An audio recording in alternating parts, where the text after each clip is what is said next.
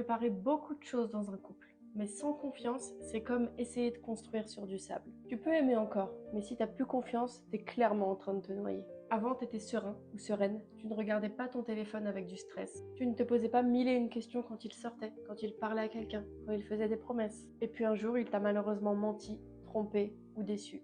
Et depuis ce jour-là, tu fais semblant. Tu souris et tu continues, mais au fond de toi, t'as plus confiance. T'as peur, tu guettes, tu surveilles, tu ressasses, tu veux y croire mais t'arrives pas à lâcher prise parce que t'y as déjà cru et t'as été blessé. Alors tu te protèges, mais aimer devient une lutte plutôt qu'un refuge. Le vrai problème, c'est pas que t'es parano, c'est que la confiance, c'est pas automatique. Et surtout, c'est pas magique.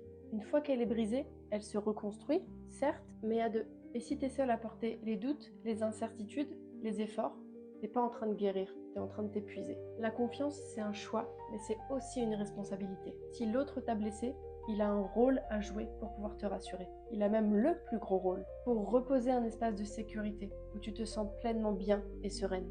Et toi, tu as le droit de poser des limites et de poser des conditions. Tu as le droit de dire « je veux continuer, je veux te laisser une chance, mais dans telle ou telle condition ». Tu mérites une relation où tu n'es pas obligé de douter et de tout contrôler pour te protéger. Alors si tu as besoin d'aide pour reconstruire cette confiance et avancer avec sérénité dans ta relation, nos accompagnements sont là pour ça.